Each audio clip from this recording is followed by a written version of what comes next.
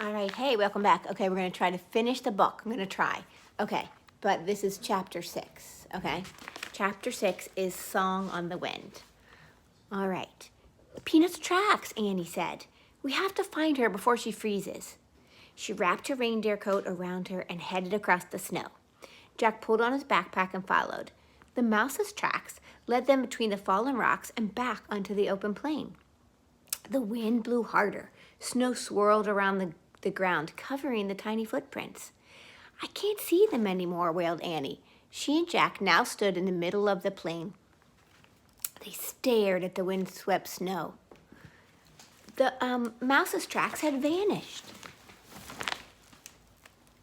Yikes, whispered Annie, staring up. Jack followed her gaze. On one of the cliffs was a tiger, a giant tiger with 2 long, sharp fangs. A Sabertooth, said Jack. I hope he doesn't see us, said Annie.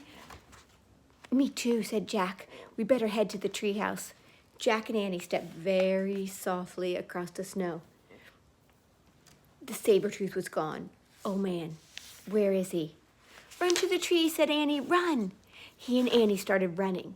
They ran over the snowy plain, heading toward the tall bare trees in the distance. The ground caved in, and Jack went with it. Annie fell beside him. They crashed down to a heap of branches, snow, and earth. They struggled to stand. Jack pushed his glasses into place. Are you all right? He asked Annie. Yes, she said. They both looked up. They were in a deep hole. All Jack could see were gray clouds moving overhead. This is a trap, Jack said. The Cro-Magnons must have put branches over this hole. Then the snow hid the branches, so we didn't see them. There's no way out, said Annie. She was right. They were helpless. The pit was too deep to climb out of. I feel like a trapped animal, said Annie. Me too, said Jack. He heard a yowl in the distance. The Sabertooth, whispered Annie. Jack pulled out the Ice Age book. He found a picture of the Sabertooth, and he read. The Sabertooth was the fiercest beast of the Ice Age. It attacked humans, as well as woolly mammoths and other large animals. Oh, brother, said Jack. Listen, Annie grabbed him. What? Jack jumped. I hear music. Jack listened, but all he heard was the wind. Whoosh, whoosh. You hear it, said Annie. No, said Jack. Listen carefully, Jack. He closed his eyes. He listened very carefully. He heard the wind, whoosh, but this time he heard another sound too. Strange, haunting music. Jack opened his eyes. Staring down at them was a figure wearing reindeer antlers and an owl mask. The sorcerer, whispered Jack. Squeak, squeak. Peanut stared down at them too.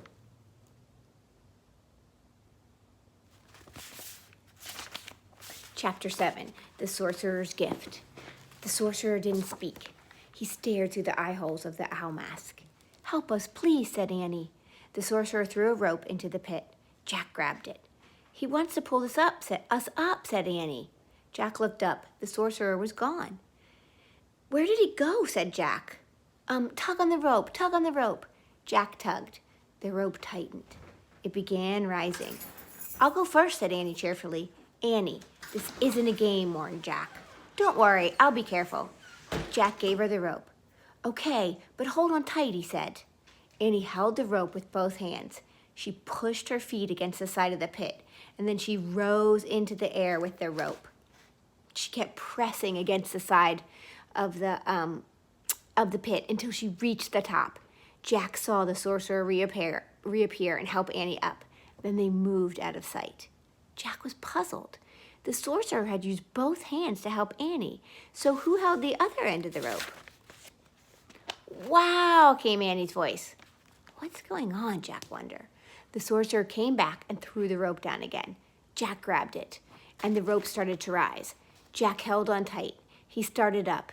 His hands burned. His arms felt like if they were being pulled out of their sockets.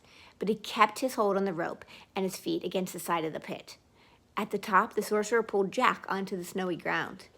Thanks, said Jack, standing. The sorcerer was tall. He wore a long fur robe. Jack could only see his eyes through the owl mask. Hey, Annie called. Jack turned. Annie was sitting on a woolly mammoth.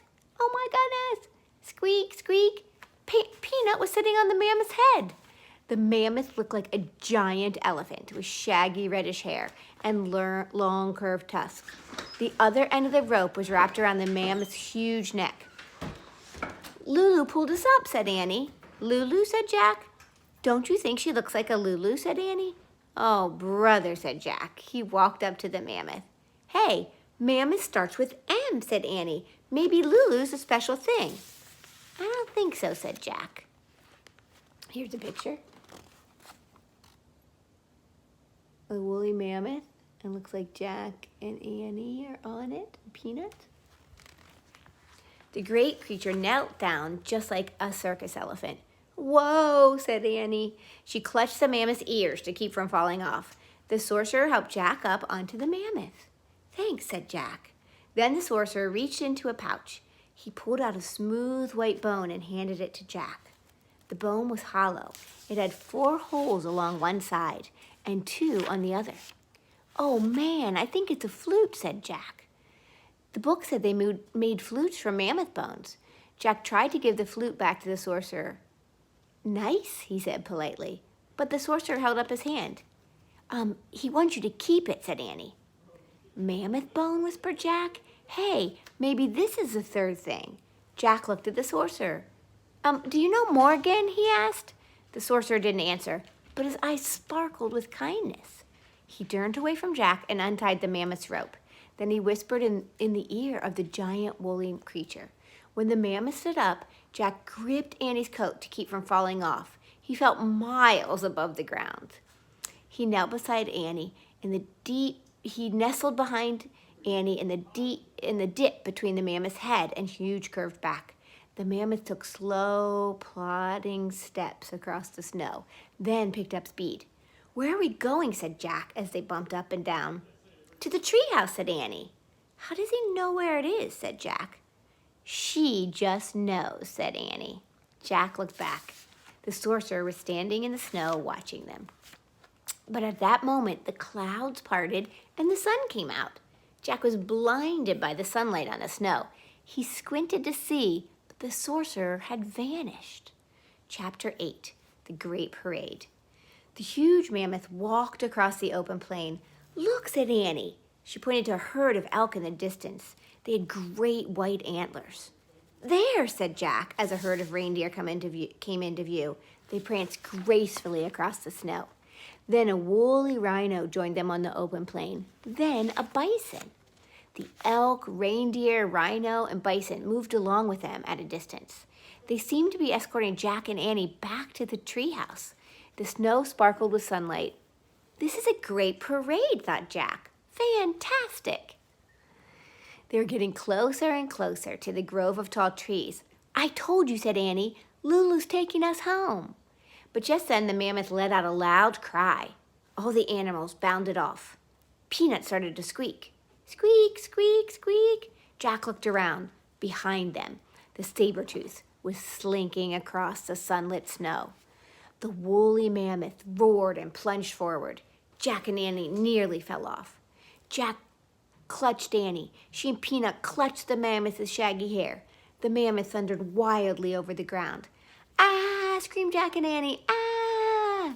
The mammoth charged to the grove of trees, but the tiger had circled around the trees. He stood between the tallest tree and the mammoth. They were trapped. The Sabertooth began moving slowly towards the mammoth. The woolly mammoth roared fiercely. But Jack knew a Sabertooth could kill any creature, including a mammoth. The huge tiger's head was down. His burning eyes were fixed on the mammoth. His long white fangs glinted in the sunlight. Uh-oh.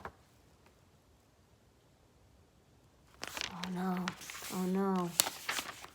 Chapter 9, Master of the Animals. The Sabertooth crept forward. Jack stared in horror. Play the flute, whispered Annie. Play the flute. Is she nuts? Jack thought. Try, said Annie. Please, Jack. Jack held the mammoth bone flute to his lips, and he blew. The flute made a strange sound. The tiger froze. He glared at Jack.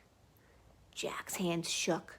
The tiger growled. He took another step. The mammoth roared and stomped the ground. Play it, said Annie. Keep playing. Jack kept blowing until he ran out of breath. The tiger snarled again. He's still here, whispered Annie. Keep playing. Jack closed his eyes. He took a deep breath. Then he blew as hard and as long as he could. He covered and uncovered the holes in the mammoth bone. The music sounded strange, as if it were coming from another world. He's leaving, Annie whispered. He's leaving. Jack raised his eyes. The Sabertooth was slinking off toward the cliffs. We did it, said Annie. Jack lowered the flute. He felt very tired. The mammoth waved her trunk happily. To the treehouse, Lulu, said Annie. The woolly mammoth snorted. Then she lumbered over to the tallest tree. From the back of the mammoth, Jack grabbed the rope ladder. He held it for Annie. She stroked the mammoth's gentle ear. Bye, Lulu. Thank you, she said. Annie grabbed the rope ladder. Then she started climbing up. Peanut climbed up too. After they disappeared in the treehouse, Jack climbed onto the ladder. He looked back at the woolly mammoth.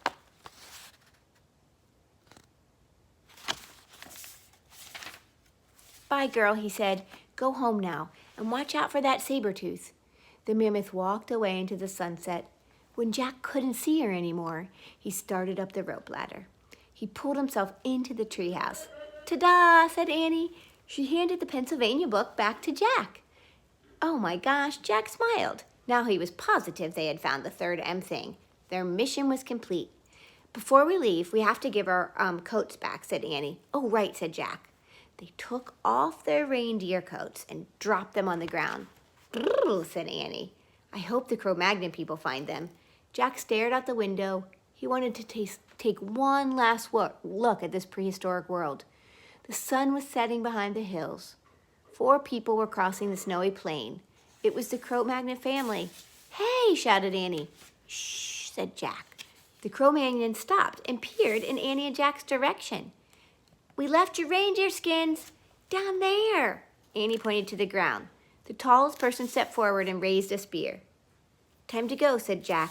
He grabbed the Pennsylvania book. He found the picture of Frog Creek and pointed to it. I wish we could go home, he said. Goodbye. Good luck, Annie called, waving out the window. The wind started to blow, and the treehouse started to spin. Spun faster and faster and faster, and then everything was still. Absolutely still. Chapter 10. It's the last chapter. It's called This Age. Birds sang. The air was soft and warm. I hope they find their coats, said Annie. Me too, said Jack. He pushed his glasses back into place. Squeak, squeak, squeak. It's a secret, huh? Said Annie. She turned to Jack. Where's the flute?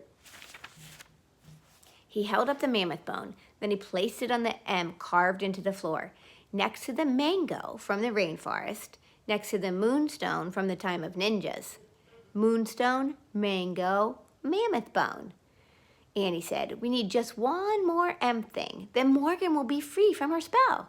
Tomorrow, said Jack. Annie patted Peanut on the head. Bye, you, she said. She started down the rope ladder. Here they are looking at the M things. They started down the rope ladder.